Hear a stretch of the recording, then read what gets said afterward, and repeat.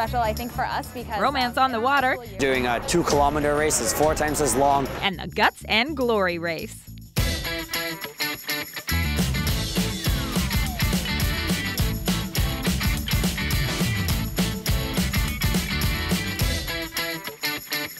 Welcome to Go Only on Shot TV. I'm Johanna Ward down at the Rio Tinto Alcan Dragon Boat Festival here at Vancouver's False Creek. It's 3 days of entertainment, activities, and of course, dragon boat racing of the highest caliber. It's a really cool community event. And what's also amazing to be aware of is what this festival has done for the sport of paddling in BC in its 26 years. 180 teams, hundreds of volunteers and festival staff, hundreds of thousands of spectators, and cameras like us along for the ride. Does it get pretty intense out here on the water because you have to deal with the media folks, or is it more dealing with all the action in the water? Well, a little bit of both, because the media wants the shots, the racers want the race, and it's a delicate mix to try and keep everybody happy where we can get the shots of the media and have a fair race for the racers. Lauren has been driving the media boat for 12 years. He's training new drivers and always training us. Cool, okay. I'm not gonna ask for anything demanding then, I'll just be nice today on the boat. Okay, but can you take me over there? No, wait, can I get that shot? Jim, what do we need? Yeah. The other folks with eyes on more than the finish line, the technical staff. There's about maybe 15 to 20 of us, and that's, you know, the Jennifer, who's the dock, crew marshal, finish line, starter, and then the race officials. Gary teaches a race officials course, and all his staff are certified. They can work at events all over the country. Like the competitive teams, they're always serious, but even recreational teams, it can get heated. He admits it gets serious on race day, but also that it's a seriously fun sport. I've been involved since '88, so number one, it's a social sport. You want to meet people, join a team, you meet 26 people. You're out of town, you don't know anyone, meet a team. You don't even have to be a paddler to be a part of the community. There have been people that have been part of this festival since the beginning, and of course new people participating every year in a variety of ways. For 2014, over 600 people volunteered, more than 5,000 hours. There are race site volunteers and festival volunteers. This is the Sandu family's 3rd year in the Dragon Kids Zone.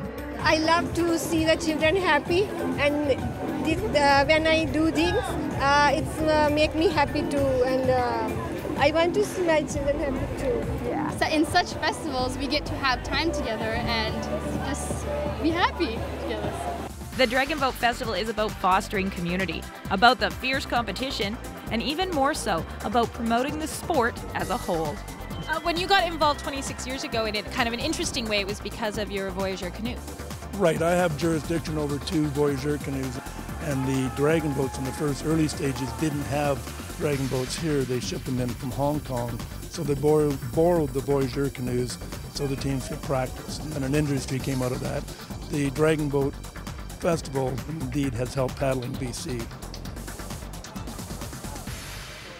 If you're interested in volunteering for next year's festival, you can get details at dragonboatbc.ca. They also run paddling programs throughout the year. Now, as we mentioned, this is their biggest event of the year, and it's also one with a very big history. Before the festival can begin, it's time to awake the spirit of the dragon.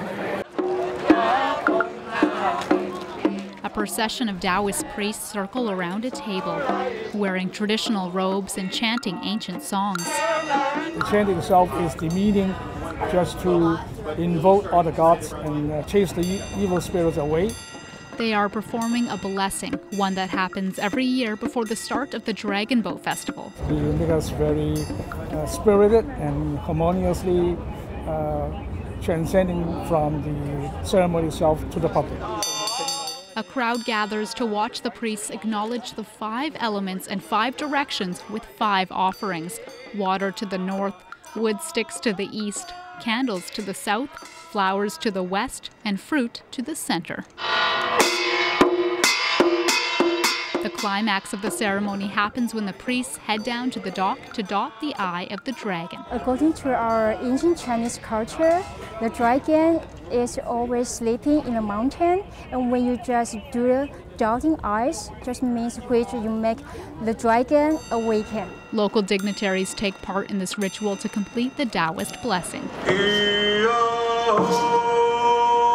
Shortly after, the Eagle Song dancers from Squamish Nation give a blessing of their own. The blessing that we did today is a showing of appreciation for our canoes. It is the canoes that make the journey. We only have the honor of being in them now and then. Sa'apaluk Lanakila and his daughter and niece perform this blessing with rattles made from goat's hooves and cedar boughs to brush away negativity. We use cedar because it is a medicine. It is a provider, and it gives us our longhouses, gives us our canoes, our totem poles, some of our regalia, our drums. It gives us so much. Just as the Taoist priests reference the directions, so do the Eagle Song dancers. Traditionally, they perform this ritual around a canoe on a beach, circling the boat 4 times to acknowledge the 4 directions. We'll ask them to support us in what comes from that direction, for vision to be heard, for harmony and growth, and for intelligence. Our directions provide that. With the water course and boats freshly blessed, the races are ready to begin. At False Creek, I'm Jen Moranitz for Go Vancouver.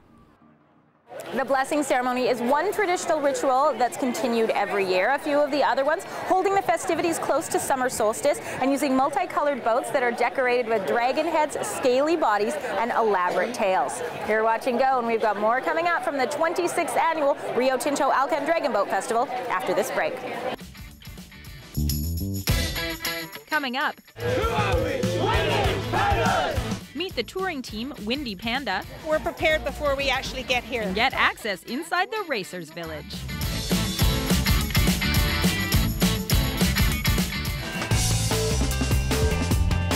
Hairstyling for Johanna Ward and the Go Vancouver reporters is provided by Aveda Institute. Found online at avedainstitute.ca.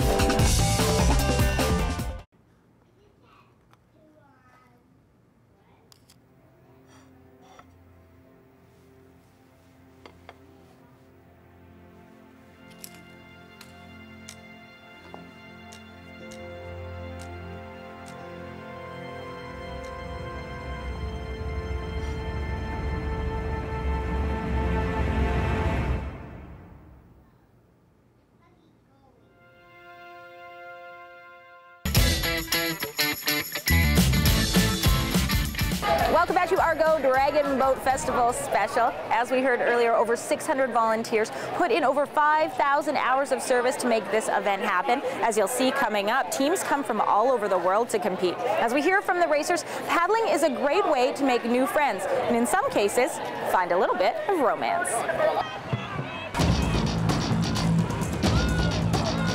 They move as one. Every stroke and every paddle pushing them further and further. Dragon boaters are a prime example of dedication and commitment. Your dragon boat team basically becomes your family. And for Laura Rogers and Garrison Tang, it's more than just a family. Dragon boating led them to each other. We both went to Air Camber, and so we both joined the team. And for a few years we were just teammates. After I graduated, I got a job running some paddling summer camps for kids, and he came down to help me out, so we started spending a lot of time together. As the years went by, we became good friends, and then she got a summer job, and then I started volunteering for her, and then conveniently she lived near where she worked, so then whenever we had spare time we would just go chill at her house before I had to go off to do coaching, and then yeah, just eventually we just got closer and closer. Paddling on a dragon boat team was a life-changing experience for both of them, and it taught them valuable lessons about teamwork and working on a goal. But as a couple, it also strengthened their relationship. It can be hard if your significant other doesn't paddle with you to try and make that kind of time. But instead we get to do this thing that we love, dragon boating, and we get to do it together. We get to train together, we get to push each other when we go out in solo boats on the water, and we get to support each other in the gym. I think it is important to have a common passion between two people. For me, for dragon boat training, I spend maybe like 15 hours a week on it. So if Laurel can be a part of that, it makes it easier, and I don't have to like have to look for a lot of opportunities to spend extra time with her. And they both train at least 3 times a week on the water or at the gym as part of the Team One West.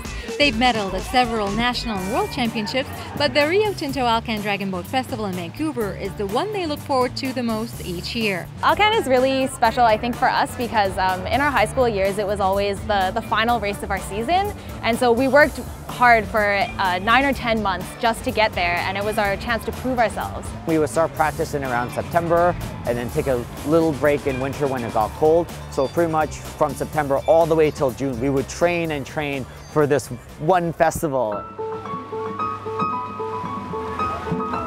Even though Alcan is no longer the final race of their dragon boating season, they still feel the same emotional attachment to the festival, and they hope to be racing in it for many years to come. In Falls Creek, I'm Jenny Tozy for Go Vancouver.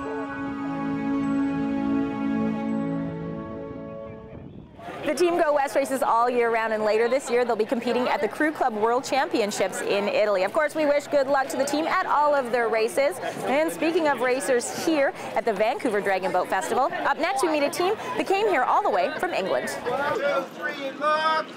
It's the day before the big race, and Team Windy Panda is still trying to get over their jet lag from their trip from London, England, but they're not worried. This isn't their first international race. Our first international was in Hong Kong in 2012. We went to Stanley, and then the year after that we went to San Francisco Dragon Boat Festival. And arch your back slowly. Then in 2013, a few of us went to Venice in Italy, and that was for 33k paddle. And here we are, 2014, in one of the biggest Dragon Boat festivals in North America.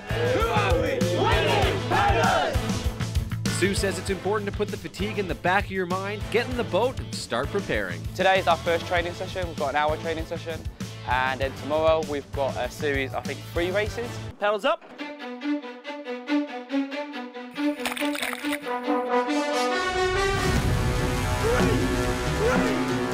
So the boat's kind of broken up into like 3 sections. You have the front end, and they're called the strokes. They're the one who's going to be stroking you through. Then you have the middle, known as the power packs, and then the rear end is the pocket rockets. 3, 1, On training, just race head moans, good silence.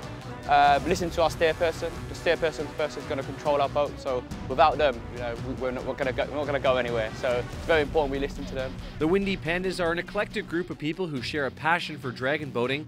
One of Sue's teammates is Hazel Lambert, who works as a police officer, and paddling is her way to decompress. It's, for me, it's like I have to have various sort of hobbies to de-stress because I have a very stressful job, as most people do, and this is one of them. So, and the pandas are a great bunch, so yeah, they de-stress me. It's been a really good training session.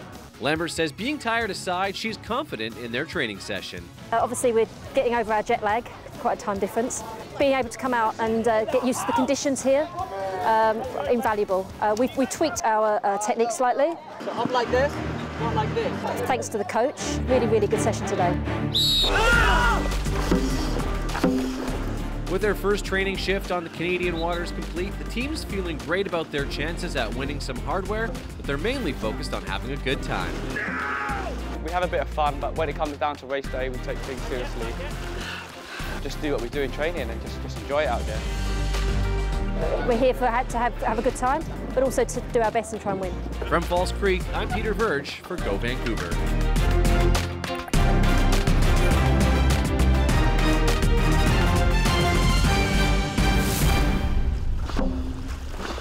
Only one of the Windy Panda teammates had ever been to Canada before. The whole team said that they wanted to stay. Now, of course, they're all here to win, just like every other racer. But the other big bonus is getting to do some traveling and experience the festival atmosphere. You're watching Go. Coming up. This is like training for a tailgate. Yeah, pretty much. I see a new culture at the Racers Village. You're doing a 2-kilometer race, it's 4 times as long. And the paddling power of the Guts and Glory finale. You're watching Go.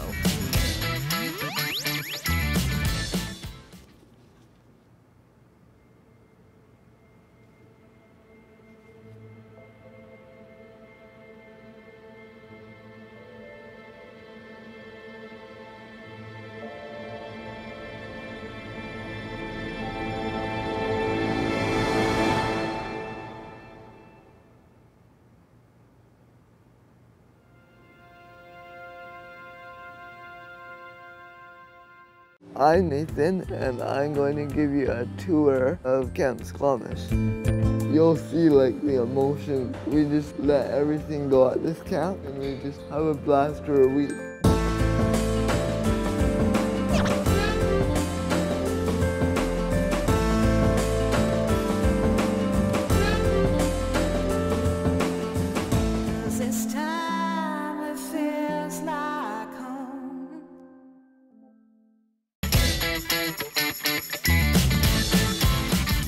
Welcome back to Go at the 26th Annual Rio Tinto Alcan Dragon Boat Festival. It's a free public event. For 3 days, the community is invited down here to Falls Creek to wander along, check out the festivities, the entertainment, and of course the racing on the water. But there's one area of the site that not just anybody can wander through. To enter that, you have to be a paddler.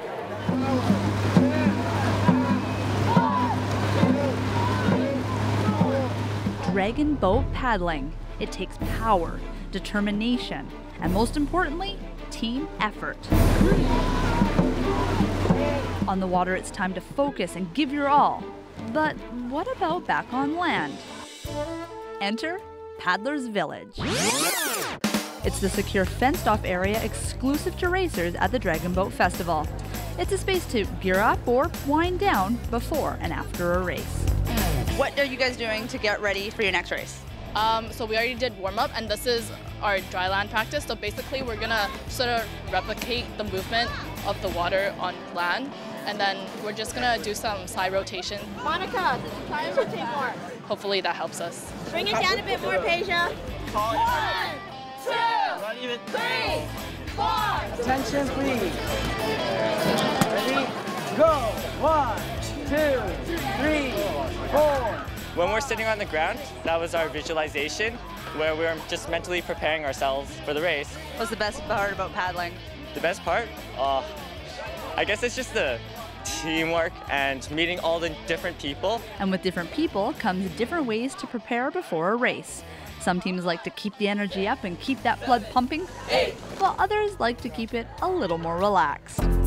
Now I see you guys just kind of lounging, enjoying yourselves. You got some really comfy chairs here. Yeah, really comfy. So how do you guys prepare? I see a little bit of relaxing, resting? Yeah, a little bit of relaxing, resting. You got to eat up, fuel up. It's a long day, so we don't want to get too tired out in the sun. You know, just enjoying each other's company, I guess.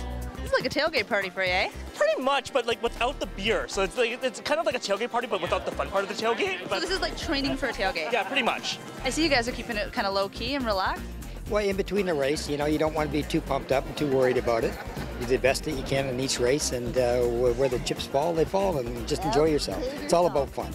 And with over 5,000 athletes on 187 teams taking part in the Dragon Boat Festival, I'm famous. It's like a sea of people on the shore. But with so many paddlers, you're sure to find a team that suits your stroke.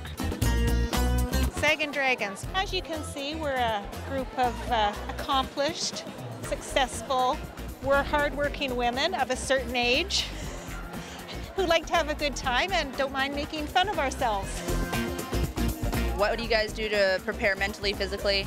Oh, we're prepared before we actually get here. Our coach sees to that mentally, physically. The physical part, yes, we train hard. So on the shore, whether it's work up a sweat or rest and relax, the choice changes from team to team.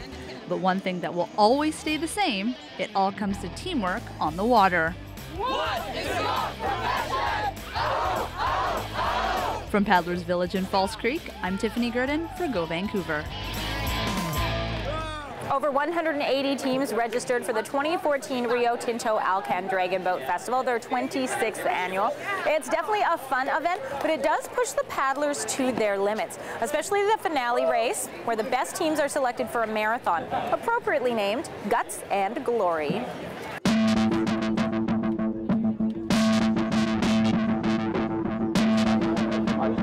Capping off the Dragon Boat Festival is the most grueling of challenges all weekend, the Guts and Glory race. Typical race is only a 500. For the top tier teams, you're done that in under 2 minutes. Guts and Glory, you're doing a 2-kilometer race. It's 4 times as long. With turns, because you're changing direction, you're losing boat speed. So it's not the same if you just went 2 kilometers straight. Only the top 16 teams are invited to compete this round. For some, like the One West team, they go straight from a 500-meter race to this.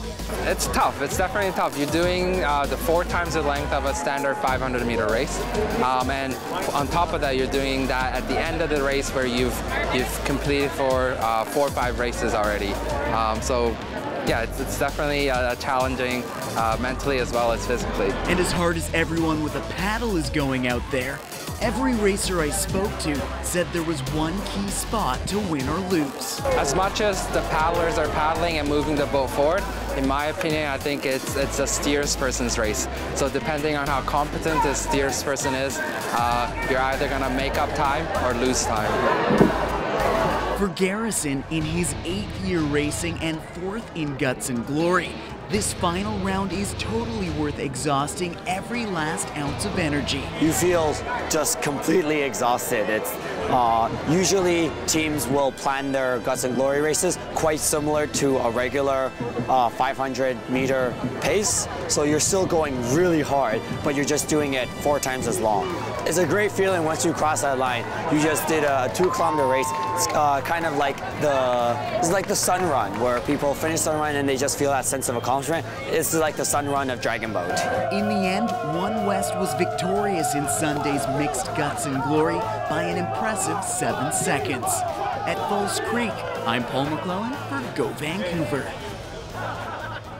Big congratulations to the teams that competed in Guts and Glory, and to all of the teams that competed at this weekend's 26th annual Rio Tinto Alcan Dragon Boat Festival. If you want to get details on upcoming festivals in Seattle and Steveston, plus paddling clubs that are offered year-round, you can visit dragonzone.ca, which is operated by the Canadian Dragon Boat Festival Society. I'm Johanna, and on behalf of all of us on Go, we want to say a huge thanks to everybody who participated in today's show, including you.